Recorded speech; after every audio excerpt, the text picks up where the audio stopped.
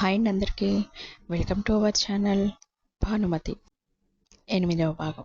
జై భానుమంతులు ఇద్దరు కూడా మూడు ములతో ఒకటయ్యారు దైవ సాక్షిగా.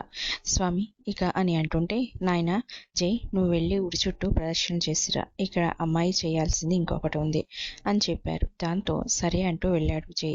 వెనకే ఆనంద్ కూడా వెళ్తుంటే, నాయనా నువ్వు ఇక్కడే ఉండు అన్నారు. దాంతో ఆనంద్ అక్కడే ఉండిపోయాడు.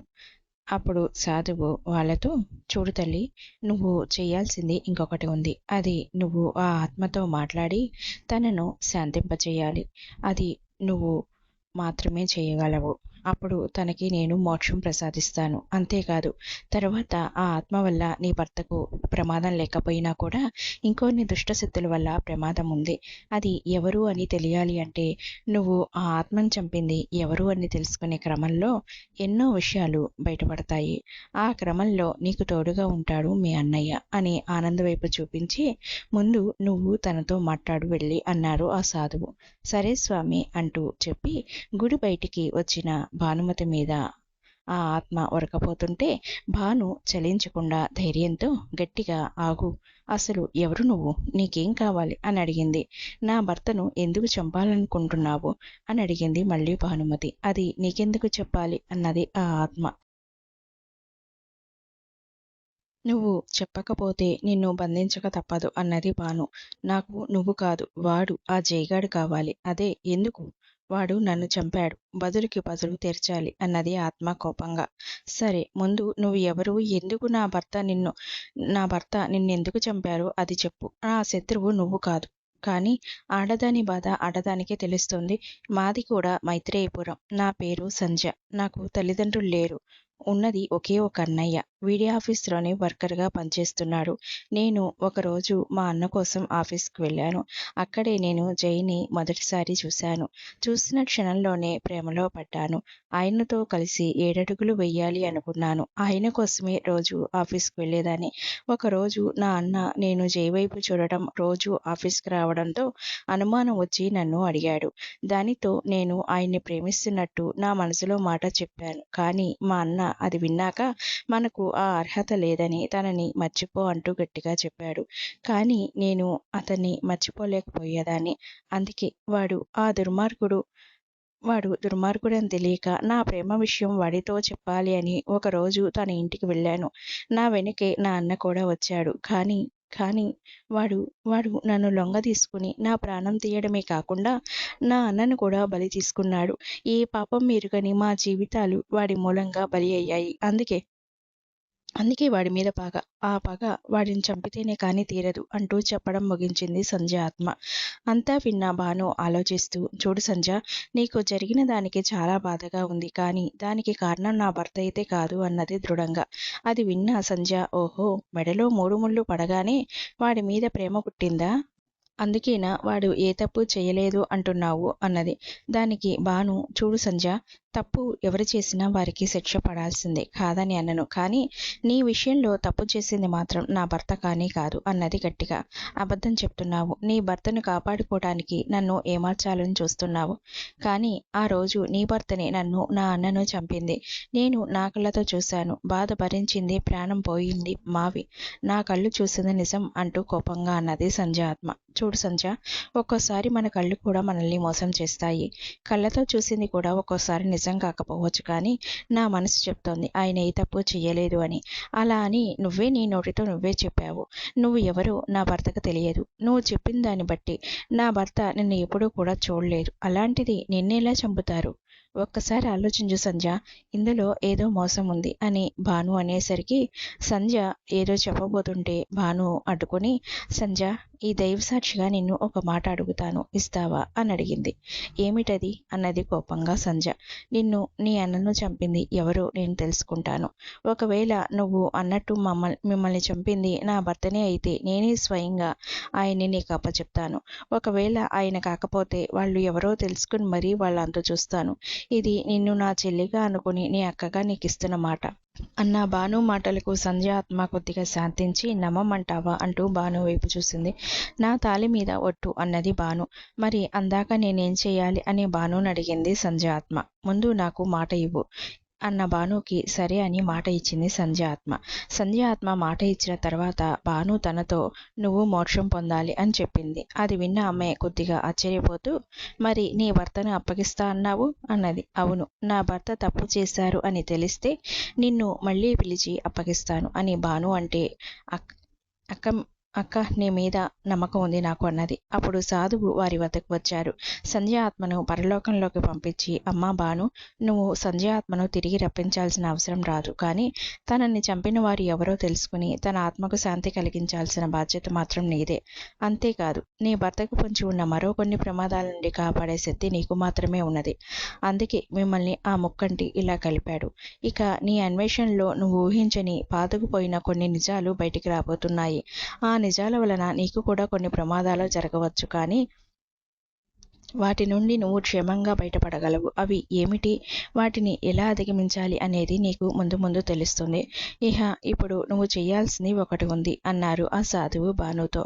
అంతా విన్న భాను, ఏమిటి స్వామి, ఏం చేయాలి నేను, చెప్పండి అని అనగానే, అటు చూడు, ఎదురుగా నిప్పుల కొలిమి ఉంది కదా అంటూ పక్కకి చూపిస్తూ, మీ భార్యాభర్తలు బంధం మరింత బలపడటానికి, నువ్వు చేసే అన్వేషణలో విజయం సాధించడానికి, నీ పుట్టిల్లు మెట్టినిల్లు క్షేమంగా ఉండటానికి ఈ గంగాజలంతో నిండిన ఈ కుండని నీ తలపై పెట్టుకుని ఆ నిప్పులు కొలిమిలో 108 సార్లు నడిచి ఆ నీటిని ఆ పరమేశ్వరునికి అభిషేకం చెయ్యాలి అని చెప్పాడు.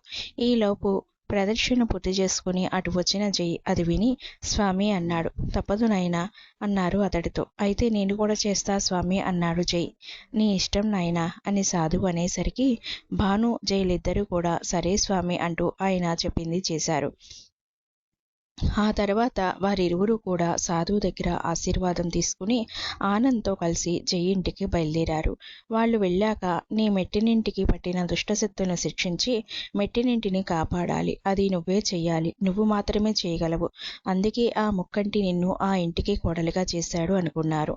గుమ్మంలో పెళ్లి బట్టలతో నించున్న భానుజైలను చూసి, అప్పటి వరకు ఆ అమ్మాయి ఎవరు, ఏంటి, ఆనంద్ ఆ అమ్మాయి కలిసి జైని ఎక్కడికి తీసుకుని వెళ్ళారు, ఇంతవరకు రాలేదు, ఏమై ఉంటుంది అని రకరకాలుగా అనుకుంటున్న మహాదేవులు వీళ్ళని చూసి షాక్ అయ్యి దగ్గరికి వచ్చి, ఏమిట్రా ఇది అసలు అంటూ నోటమాట రాకుండా బొమ్మల్లా నిల్చున్న తల్లిదండ్రులతో, అమ్మా నాన్న, ఉదయం మీకు నేను ఒకరిని ప్రేమించాను అని చెప్పాను కదా, తను తినే పేరు భానుమతి అని చెప్పాడు జై.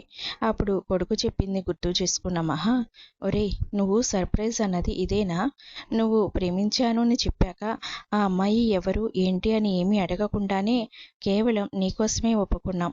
నీ ప్రేమ సరే అన్నాం కదరా, కానీ ఇప్పుడు నువ్వు ఇలా చేస్తావు అని అనుకోలేదు అంటూ ఏడుస్తున్న తల్లితో, అమ్మా అసలు ఏం జరిగింది అంటే అంటూ జరిగింది మొత్తం చెప్పి, ఈ పరిస్థితుల్లో అనుకోకుండా పెళ్లి చేసుకోవాల్సి వచ్చింది, మీకు తెలియకుండా చేయడం తప్పే, నన్ను క్షమించండి అన్నాడు జై బాధగా.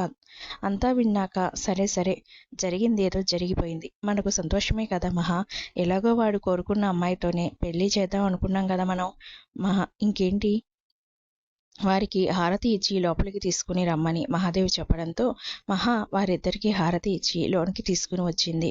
తర్వాత భానుమతి చేత దేవుని దగ్గర దీపం పెట్టించి అందరూ ఒక చోట కూర్చున్నారు. ఇప్పుడు చెప్పమ్మా కోడలి పిల్ల, మీ అమ్మా నాన్నలు ఎవరు, ఎక్కడుంటారు, వారికి ఈ విషయం తెలుసా అసలు అని అడిగింది మహా. దానికి ఆనంద్ అందుకుని వాళ్ళు కేరళ వెళ్ళినట్టు చెప్పాడు, ఇంకేమీ చెప్పకుండా. ఎందుకంటే జై వాళ్ళు కేరళ నుండి వచ్చాక చెప్తామని ఆనంద్తో అనేసరికి అలా చెప్పాడు ఆనంద్. సరేలే అంటూ పనివాళ్ళని పిలిచి వారికి ఏవో పనులు పురమాయించి పంతులు గారికి ఫోన్ చేసి తెల్లారి వ్రతం చేయించాలి అంటూ మాట్లాడి కాల్ కట్ చేసి, ఏమండి రేపు ఉదయం వ్రతం, రేపు రాత్రికి రిసెప్షన్ ఏర్పాట్లు అని చెప్పి, అమ్మాయి నువ్వు నేను ఈ పూట మా రూమ్లో పడుకుందాం అని భానుతో చెప్పి, ఒరే జై నువ్వు నీ రూమ్లోకి వెళ్ళు, ఆనంద్ ఈ పూటకి నువ్వు ఇక్కడే ఉండు, వాడి రూమ్లో పడుకో అన్నది మహా.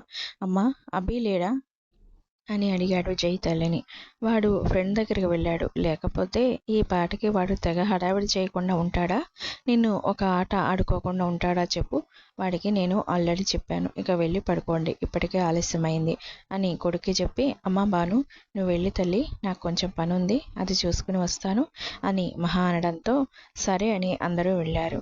వాళ్ళు వెళ్ళాక, ఏమండి మనం ఏమనుకున్నాం, అసలేం జరిగింది అన్నది కోపంగా ఒక ఆడగొంతు. ఇది నేను ఊహించలేదు.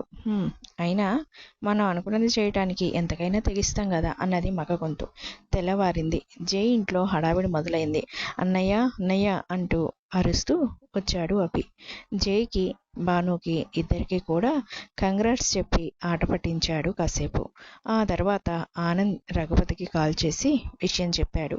రఘుపతి విషయం విని జై పేరు విని ఆశ్చర్యపోతూ, మంచి విషయం చెప్పావురా అంటూ చెప్పి, భానుని భయపడవద్దని చెప్పు. వాళ్ళ అమ్మా నాన్న ఏమీ అనరు. ఆ నమ్మకం నాకుంది అని చెప్పాడు. సరే నాన్న, మీరు కూడా రండి అని ఆనంద్ అంటే, వద్దురా, నేను ఇప్పుడు రాలేను. సమయం వచ్చినప్పుడు వస్తాను అంటూ జాగ్రత్తలు చెప్పి ఫోన్ కట్ చేసి స్నేహితుడు మూర్తికి ఫోన్ చేశాడు రఘు. అటు నుండి మూర్తి భార్య సుజాత ఫోన్ ఎత్తింది. రఘుపతి స్పీకర్ ఆన్ చేయమని చెప్పగా సుజాత ఆన్ చేసింది. వారికి కూతురు పెళ్లి విషయం చెప్పాడు రఘు.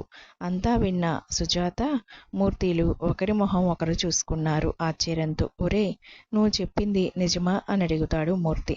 అవునురా అని సమాధానం ఇచ్చాడు రఘు. అయితే ఇందుకేనా ఆ దేవుడు నా కూతురు విషయంలో ఆనాడు అలా చేశాడు? ఇప్పుడు నాకు చాలా సంతోషంగా ఉందిరా. మనం అనుకున్నట్టే అయ్యింది. వాళ్ళ పాపం పండింది అంటూ. అవును భానుమతి నా కూతురు అనే విషయం తెలుసా వాళ్లకు అన్నాడు. తెలియదురా అని సమాధానం చెప్పాడు రఘు. తెలియకూడదురా, సమయం వచ్చేదాకా అన్నాడు మూర్తి. సరేరా, ఉంటాను మరి. ఇక జాగ్రత్త అంటూ కాల్ కట్ చేశాడు రఘు. మూర్తి కూడా ఫోన్ పెట్టేసి సుజాతతో, చాలా సంతోషంగా ఉంది. ఇక జైకి ఏ ప్రమాదం ఉండదు. నా కూతురు భానుమతి అక్కడ ఉంది కాబట్టి వాళ్ళ పాపం పండింది సుజాత అన్నాడు. కానీ దానికి విషయం తెలియదు కదండి అని అన్నది సుజాత. పిచ్చిదానా, ఇప్పుడు తెలియకపోవచ్చు కానీ తొందరలోనే తెలుస్తుంది.